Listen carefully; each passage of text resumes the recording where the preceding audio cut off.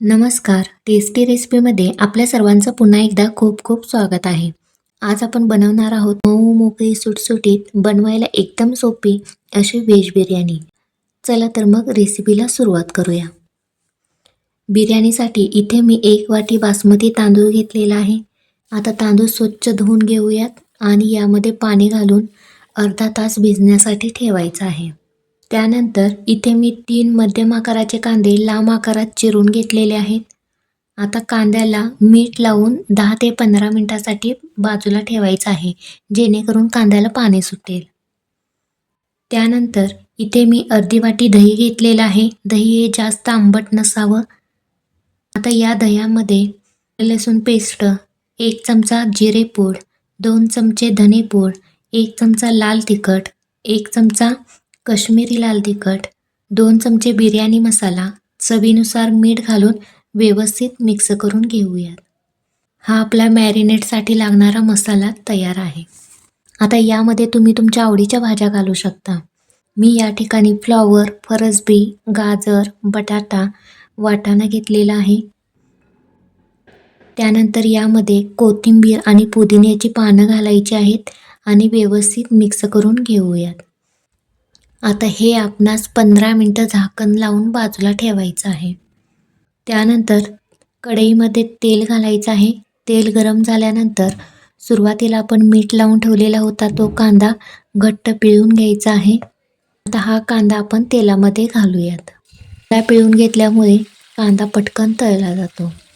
मोठ्या आचेवरती कांदा सतत एकसारखा हलवत राहायचा आहे.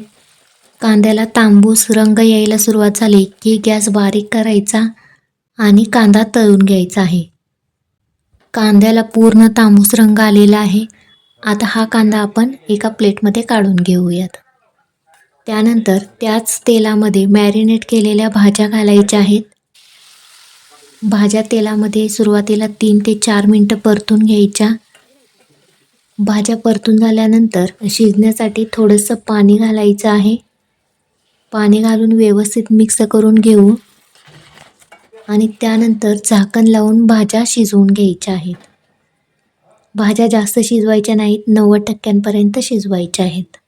भाज्या शिजत आहेत तोपर्यंत दुसऱ्या बाजूला एका पातेल्यामध्ये तांदूळ शिजण्यासाठी पाणी गरम करायला ठेवूयात. त्यामध्ये खडे मसाले घालायचे आहेत.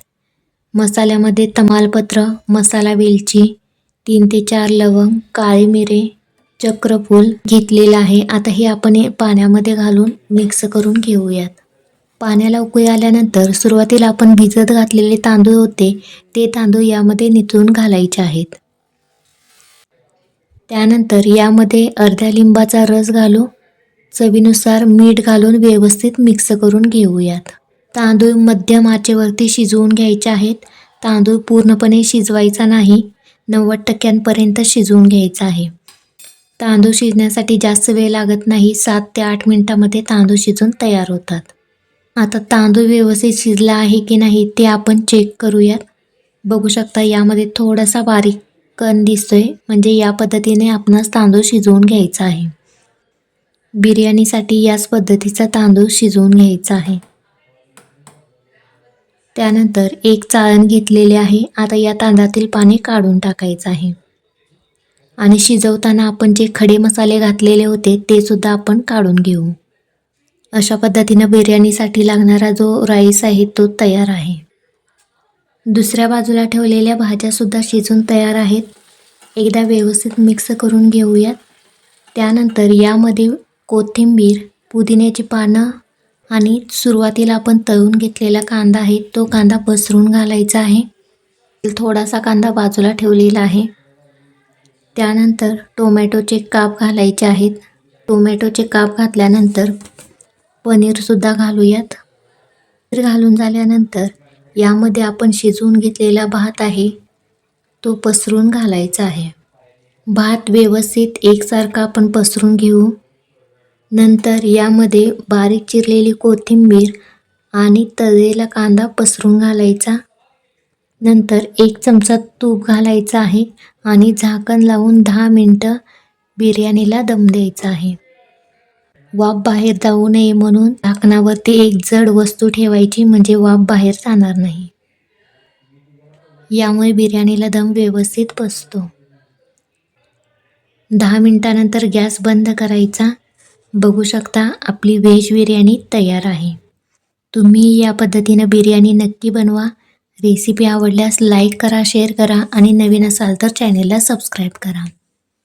पुन्हा भेटूया अशाच एका नवीन रेसिपीसह. धन्यवाद.